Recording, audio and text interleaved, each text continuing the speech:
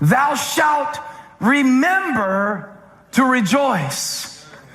That staff member who took the offering at Valentine's said he was forgetful. I don't know if you heard him. He said, I tend to be forgetful. I forget my keys. I forget my wallet. That's not the worst thing you can forget, Zach. The worst thing you can forget is what he's done for you and how he's blessed you and how he's kept you. Y'all look kind of forgetful today. Sometimes you come to church and you remember to brush your teeth, but you forget to bring your praise. You forget to stir up your spirit. And that's what the worship leaders do. The team does it. They say, come on, let's lift our hands. They're reminding you that God is worthy of your surrender. Real maturity, real contentment comes when nobody has to remind you to rejoice. I didn't tell them this last night, but y'all are deeper. He just told them, rejoice in the Lord always. And again, I say rejoice. Why'd you say it again? Because it's crazy how quick you forget. It's interesting how selective your memory is. But a selective memory can actually work to your advantage if you remember in order to rejoice. So when you evaluate any given day or any given period of time in your life, when you evaluate a year, if you come to the end of one year and the beginning of the next, you will make a movie in your mind of how this year went. Some scenes you will delete. Some scenes you will enhance. God has given you editing software in your spirit to choose, Jeremiah, what you call to your mind. And what you recall to your mind determines the revelation that you will have and the faith that you can walk in and the contentment that you will enjoy. Where are my rejoicers?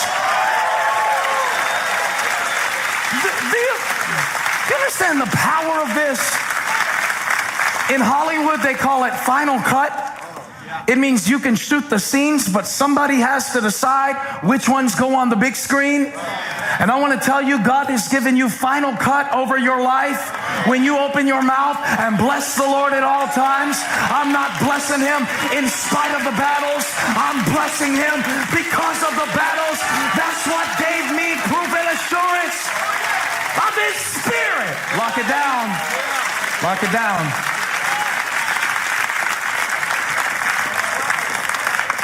Oh yeah, Paul said, thanks for the gift. Almost forgot. Thanks for the gift. Now I want you to watch, because Paul is awesome at theology, but he is terrible at thank you notes. His mom raised him right in a lot of ways. You know, tribe of Benjamin, Pharisee of Pharisees, sent him off to study with Gamaliel, all that. But the boy, he needs some help on this thank you note. Now, let's just, I mean, he's a human, right? He's not Jesus Christ. And I know it's the Bible, but come on, Paul, listen to this. How would you like to receive this thank you note? I rejoice greatly in the Lord that at last you sent me a little something. No, it's cool, it's cool, it's cool. I mean, I know. Watch this. He said, indeed, you were concerned, but you had no opportunity to show it. See what he did? There was a period of silence where the people who should have been helping Paul weren't helping Paul. And he could have interpreted that in one of two ways. They don't care about me. Nobody cares about me. Nobody is there for me. And I loaned them money. And now I need some money. You know these little things you tell yourself. The interpretation. The assumption. How do you interpret silence? How do you interpret the times? Here's the key to contentment. It's the second key. You've got to refuse to resent. I don't know whether Paul was in prison in Caesarea or whether he was in prison in Rome, but I can tell you what prison he refused to live in, the prison of resentment. And there is no prison like the prison of resentment. There are no windows, only bars. When you lock yourself into your situation, I'm looking at some of you right now, and I know enough about you to know that you could have resented your situation. Very much so. That's the good thing about being the pastor of the church and not some little guest speaker.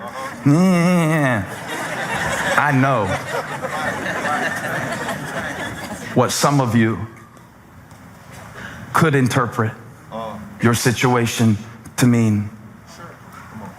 Or, Paul said, I choose to assume that you wanted to help me, but you couldn't. That's a decision, and it is a key to contentment. If you don't resist and refuse resentment on every level, you will be locked inside a prison of your mind's own design. And look, this isn't just people.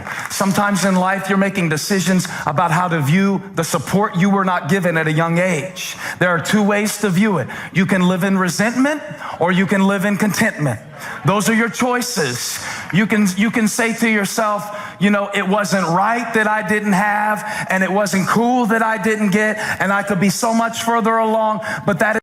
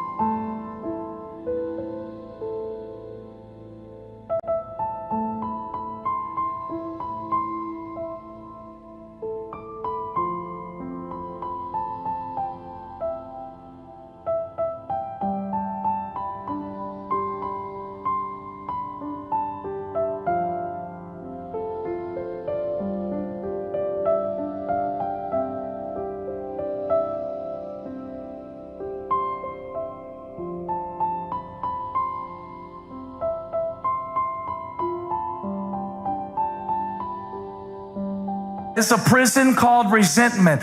God wants his children free. You can look at your brothers like Joseph and say, it doesn't matter why you threw me in the pit. God got me to Egypt anyway, and now I'm here to save your life because I'm free. The only one really free was the one who was in prison. He sent me to proclaim freedom to the captives. That's what Jesus said. What does that mean? I will not live another day in my life resenting what they did, what they said, what they didn't do, who I'm not, what I can't be. It's over. I refuse to live in resentment when Christ died to set me free. I'm done with this prison. Okay? Thou shalt, what's the first one? Thou shalt remember to rejoice, refuse to resent, and you're going to love this one. Thou shalt appreciate all seasons. A little technical nuance. When he says you renewed your concern for me, it doesn't give the image that is behind the language. The Koine Greek is an expression here that says you caused your concern to bloom or blossom again. Wow. So what Paul is doing, he's saying there are seasons to life, and I made it through winter, and I'm grateful that spring is finally here. All right. Do you see how important this is to discern the seasons of your life if you are going to live in a state of contentment? I had to learn this early as a pastor because there are certain seasons that Jesus could preach and attendance would be down in church. Church attendance is seasonal. Well, the first year I didn't know that.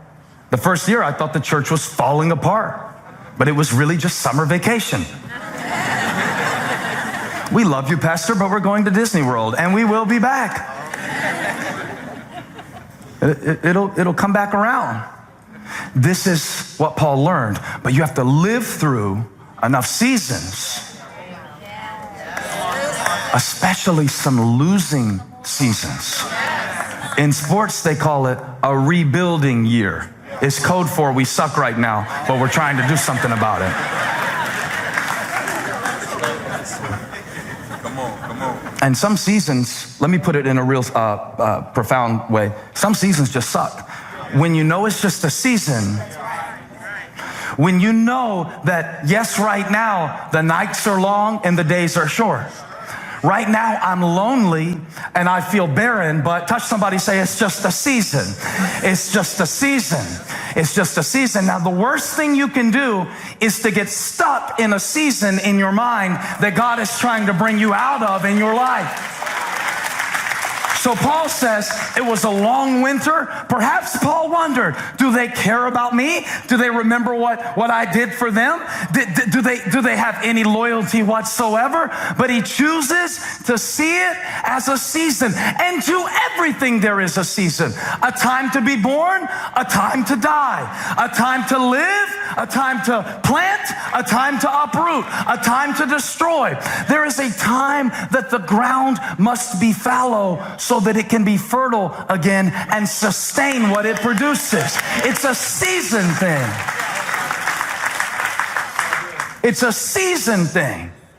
I know how to have plenty, and I know how to be pruned. Both are growth. And the key is to be as content in one season as the other. I often wonder, does stuff really make you more content, or does it just make you more insatiable? Wow. The quieter it gets,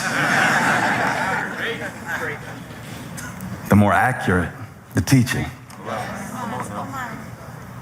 It's kind of weird because it's easier sometimes to be content when you don't have something that you want and you think you're going to get it one day. Because in that season, you can tell yourself, I'll be content when. But what about when you got it and the contentment didn't come with the package? Just thinking with you here.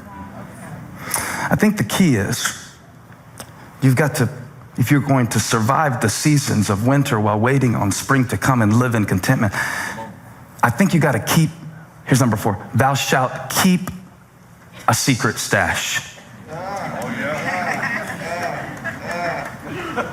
Paul says, I got your gift. Finally! Thanks for the gift. It's about time. No, I'm good. It's okay. Let's just, I know you didn't have a chance. I know there was something that was keeping you from it. I choose to believe the best about you. Verse 11. And I'm not saying this because I'm in need. This thank you note just gets worse and worse and worse. I got your gift. It took a while. I didn't really need it. I think what he's saying is, I had my own to live off of, and I wasn't waiting for you to give me something.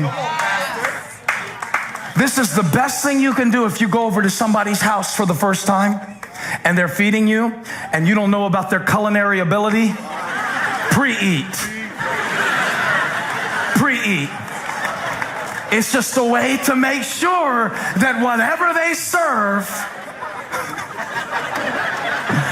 see, you ought to come to church full. That way, no matter who preaches or what they say, I ate before I came. Oh, come on, magnify the Lord with me. Let us exalt his name together.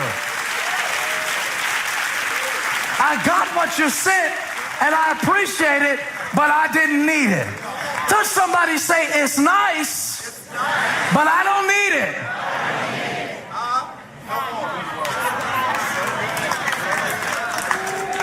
It's nice to be appreciated, but I don't need to be appreciated to serve God. I got my own stuff. I get high on my own supply. Help me, somebody that hadn't been in church 53 years. Got a secret stash. I got some scriptures I can preach to myself. I got some songs I can sing all by myself. I got some truth I know down in my soul. Woo. I can do all things through Christ who strengthens me.